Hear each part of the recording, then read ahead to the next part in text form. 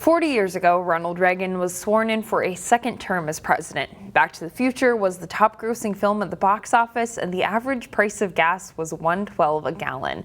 But as Delane Cleveland reports, 1985 was also the year that North Memorial in Robbinsdale launched a program responsible for saving tens of thousands of lives. In an emergency medical situation, every minute is crucial. And for 40 years, North Memorial Health has had a valuable tool at its disposal to help get patients the care they need. We can fly obviously at about 150 to 180 miles per hour. It's called Air Care.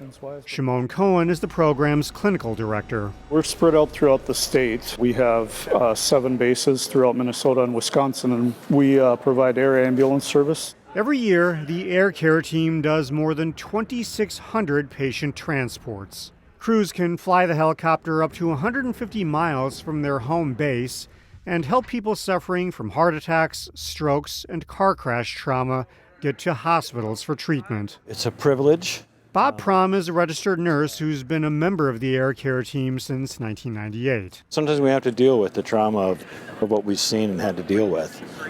But more often than not, it's just so rewarding. In the 40 years since North Memorial launched Air Care, put a little drop of blood on there, and then it gives us some lab values. They've equipped helicopters with better technology, expanded their fleet, and grown their staff to 130. We have some excellent training here at North Memorial that allows us to do a lot of procedures that we wouldn't normally do in the hospital, putting in breathing tubes and such.